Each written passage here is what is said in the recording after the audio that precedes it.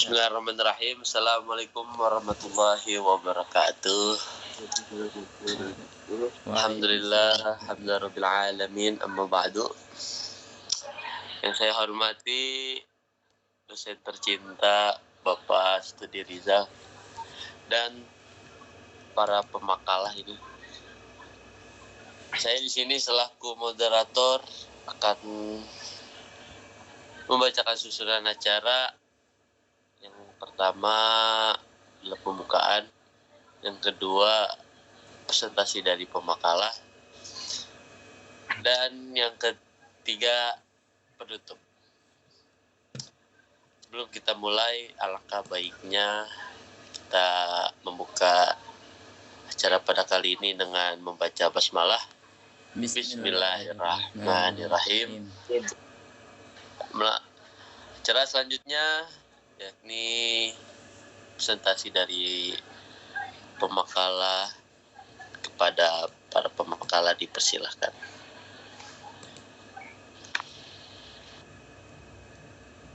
Dulu ya. Bismillah.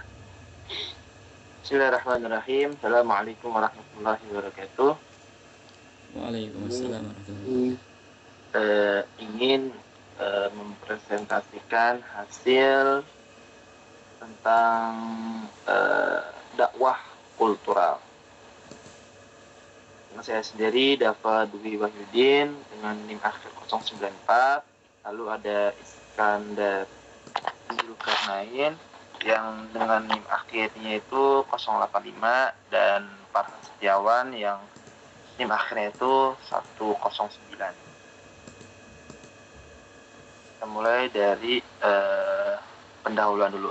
Nah, dalam pendahuluan ini kita di sini akan membahas 5 sub pokok dalam kesempatan yang mulia ini. Yang pertama ada pendahuluan, terus yang kedua ada penjelasan tentang dakwah kultural, dan yang ketiga kita melihat contoh pertunjukan wayang yang sedang berdakwah. Jadi kayak kita melihat pertunjukan wayang tapi isinya tentang dakwah.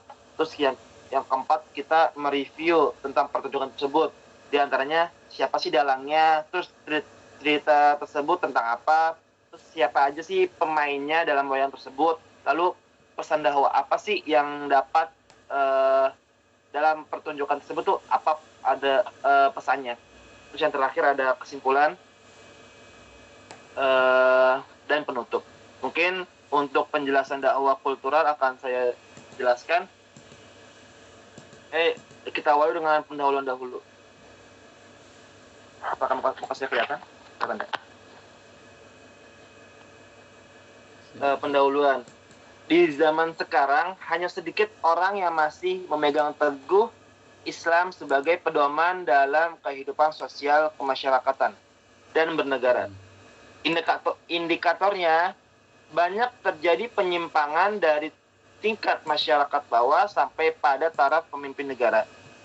Perbuatan penyimpang norma sosial seperti zina, pergaulan bebas, hamil sebelum nikah, tingkat kriminalitas yang sangat tinggi yang terjadi di level grassroots sampai korupsi yang mewabah di instansi pemerintahan menjadi sebuah bukti nyata belum diterapkannya syariat Islam khususnya di tanah air kita tercinta. Untuk mewujudkan penerapan syariat tersebut mutlaknya dibutuhkan upaya dakwah yang mencakup segala aspek kehidupan, setiap aspek kehidupan tersebut antara lain politik sosial, budaya, hukum dan ekonomi. Saling terkait dan tidak dapat saling menegasikan. Selanjutnya penjelasan dakwah kultural.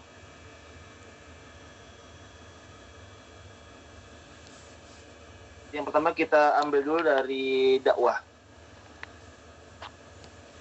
Dakwah kita awali dengan pengertiannya dulu. Pengertian dakwah adalah usaha menyerukan penyampaian kepada perorangan manusia dan seluruh umat manusia konsepsi Islam tentang pandangan dan tujuan hidup manusia di dunia ini, dan yang meliputi amar ma'ruf nahi mungkar dengan berbagai macam cara dan media yang diperbolehkan, akhlak dan membimbing pengalamannya dalam kehidupan bermasyarakat dan perkehidupan bernegara. Selanjutnya ada fungsi dan tujuan dakwah. Bila kita melalui perspektif Al-Quran, dakwah berarti mengajak manusia ke jalan Allah, sabilullah, dar as-salam atau al-jannah, agar mereka mendapat keselamatan dan kebahagiaan dunia dan akhirat.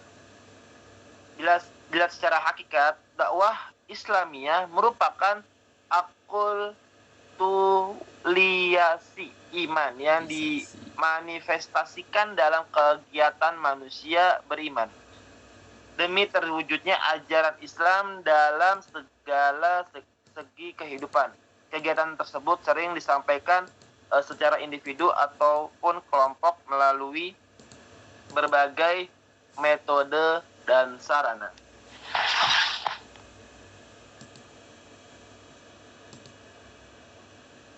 Selanjutnya mungkin bisa dilanjut oleh Saudara Iskandar.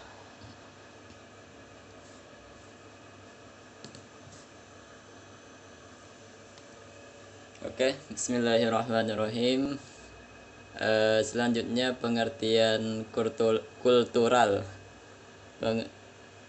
Kultural yaitu definisi adalah suatu hal yang terkait dengan kebudayaan kelompok tertentu secara kebiasaan mereka yang meliputi kepercayaan, tradisi, dan sebagainya, atau hal-hal yang berkaitan dengan seni rupa seperti musik, teater, melukis, wayang, dan lain-lain.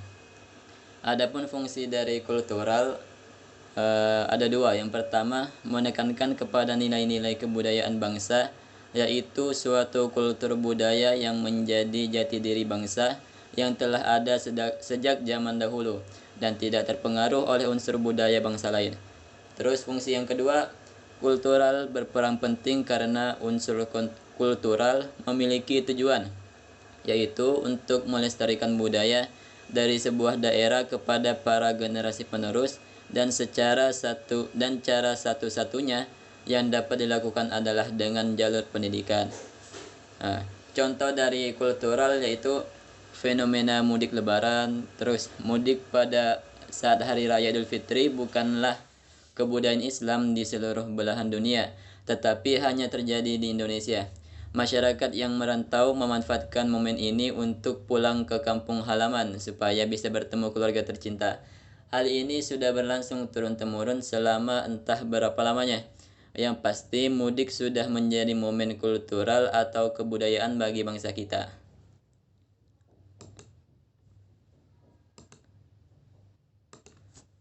Next, dakwah kultural.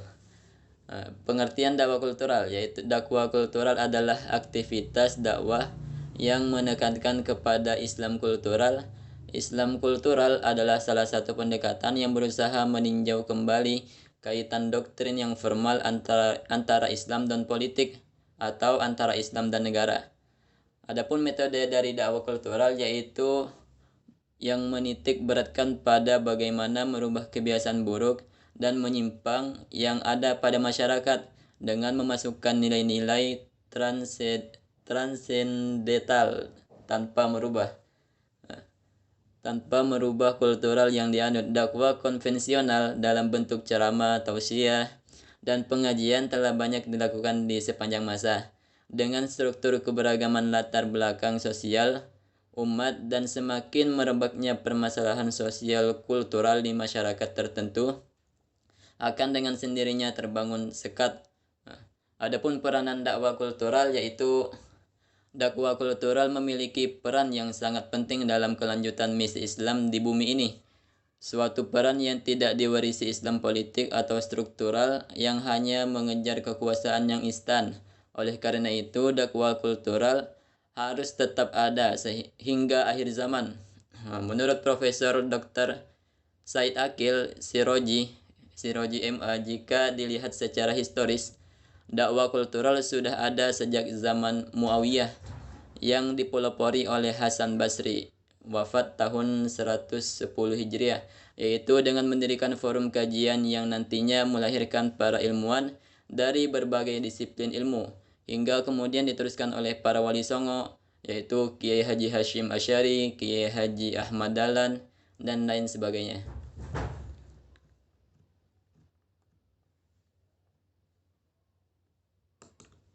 Baik, mungkin setelah ini kita akan bisa langsung lihat contoh video tentang dakwah kultural melalui wayang.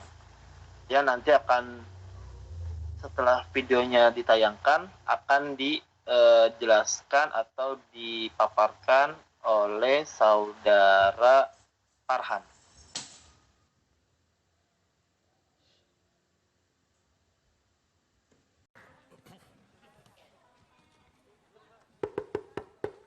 Ngapain sih? Masuk, siapa tuh?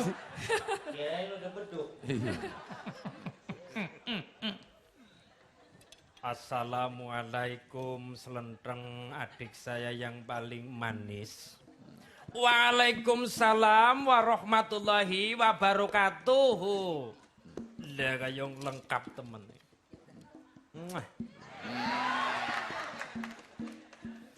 Kenapa tadi jawab salam kok lengkap banget? Salam itu adalah doa. Ya, salam adalah doa. Saling mendoakan. Yang memberi salam hukumnya sunnah, menjawab salam hukumnya wajib. Tapi ya repakaya kuwe. Salam itu menurut selenteng dibagi menjadi 3. Yang pertama, salam yang wajib dijawab. Apa? Salam yang wajib dijawab. Salam seorang dai atau salam sesama muslim ketika bertemu, ya wajib dijawab karena salam hakikatnya adalah doa.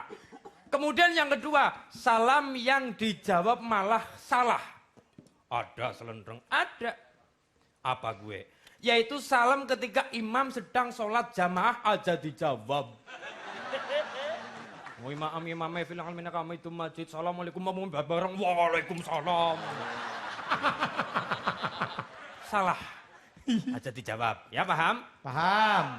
Kemudian yang ketiga, salam yang kita sendiri tidak ingin dengar jawabannya. Anak-anak, yaitu salam ketika kita ingin ziarah kubur.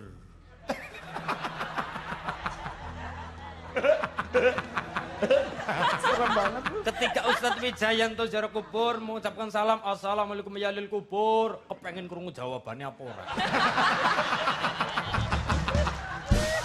Waalaikumsalam Wijayanto putuku lanang. Gitu.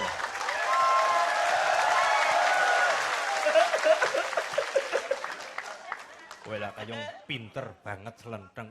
Iya. Pokoknya tambah sayang. Artinya bahwa kita harus bisa menempatkan apapun itu pada tempat dan waktu yang tepat dan sesuai dengan porsinya. Betul? Betul. Jadi begitu Mamas Abdel. Mamas Abdel. Mamas.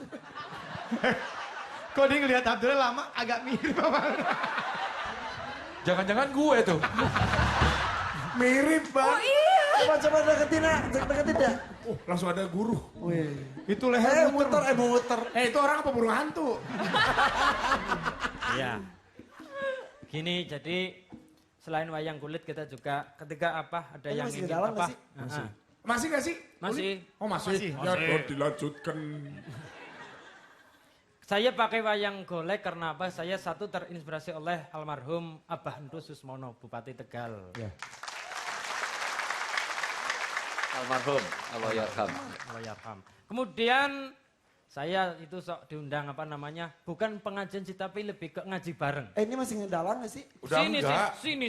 Oh iya. Ini namanya siapa? Ini namanya? Namanya Selenteng. Mama Scan. Aduh. Baru ketemu selenteng. Apa kabar? Alhamdulillah. Saya. Cium salin. Oh iya, Sekalian sih. bener. Ya Allah. Hati-hati sama. Kedodoran. Namanya molorot. Melorot. Ya. Ya jadi Kalau Selenteng itu memang tokoh perwayangan atau karang sendiri? enggak sih ini karangan dari apa? Dusus Mono sendiri. Oh, Sendiri. emang palanya bisa ini ya Mutri? Kan dimainin bang. Emang bisa ya? Cengklak nih. Selenteng. Apa? Aku Ramzi. Aku Selenteng. Aku minta jamku kembali. Oke. Tepuk tangan dong untuk Ulin. Ini bisa menjadi media dakwah loh ya. Kalau di Sunda tuh cepot ya mah ya ini ya. Kamu ngasih namanya siapa? Lupit. Hah? Lupit. Lupit. Lupit. Iya, boleh. iya. Siapa namanya? Selenteng. Selenteng yang itu dong, promen SMS kamu. Iya, monggo. Semuanya. Baik, setelah menonton video yang telah kami tunjukkan, di sini kami akan mereview pertunjukan wayang pada video tersebut. Nah, review pertunjukan wayang dalang yang di dalam video tersebut bernama Gus Ulin Nuha. Gus Ulin Nuha merupakan pendakwah muda yang juga juara pertama dalam aksi Indosiar di tahun 2019. Ditambah lagi Gus Ulin Nuha bisa menirukan suara dalam lakon pewayangan. Hal itulah yang membuat Gus Ulin Nuha makin jadi pusat perhatian. Tokoh-tokoh dalam pertunjukan tersebut, yang pertama ada si Leteng, yang kedua ada si Lupit. Pesan dakwah pada pertunjukan wayang, yang pertama, setiap sesuatu perkataan itu ada tempatnya. Dan salam itu adalah doa. Yang kedua, harus menempatkan segala sesuatu pada porsinya. Jangan lebih dan jangan kurang. Dan yang terakhir, yang memberi salam hukumnya sunnah. Dan yang menjawab salam hukumnya wajib. Dan di sini juga ada alur cerita. Si Lupit datang menjumpai si Leteng dan memberi salam. Assalamualaikum. Lalu si Leteng menjawab dengan salam lengkap, Waalaikumsalam warahmatullahi wabarakatuh. Si Leteng menjelaskan ke si Lupit tentang salam. Ada 3 salam menurut si Leteng. Salam yang wajib dijawab, salamnya seseorang dai ke jamaah. Yang kedua, salam kalau dijawab salah, salamnya imam pas sholat. Nah yang terakhir, salam yang tidak ingin mendengar jawaban, yaitu salam pas ziarah kubur.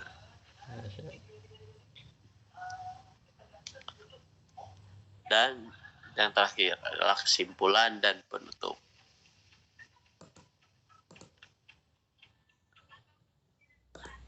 Kesimpulan, kata salam adalah merupakan isim mahdhar dari kata salima.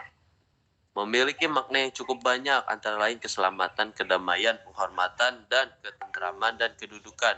Sedangkan kata selama mempunyai arti menyelamatkan, mendamaikan, dan menundukkan. Nah yang kedua, setiap memulai pembelajaran baik langsung, juring atau daring, dianjurkan menyampaikan salam baik, lisan atau tulisan. Hal ini pun berdasarkan hadis Rasulullah SAW.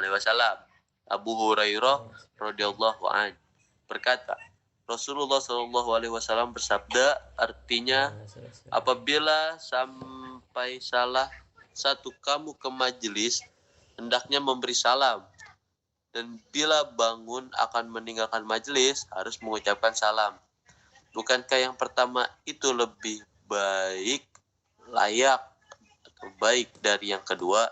Hadis riwayat Abu Daud At-Tirmizi. Nah, dan kami dari kelompok 9 meminta maaf apabila dalam presentasi kali ini kurang membuat membuat Anda sekalian mendapatkan ilmu. Kami juga memohon kritik dan saran yang sifatnya membangun untuk kedepannya. Kami akhiri. Assalamualaikum warahmatullahi wabarakatuh. Waalaikumsalam warahmatullahi wabarakatuh. Terima kasih kepada saudara Kanda dan saudara Farhan. Teruslah berusaha dengan harapan apa yang kamu impikan dan janganlah lupa untuk mendampingi usaha tersebut dengan kesabaran serta keikhlasan. Kelas. Terima kasih semuanya. Wassalamualaikum warahmatullahi wabarakatuh. Waalaikumsalam warahmatullahi wabarakatuh.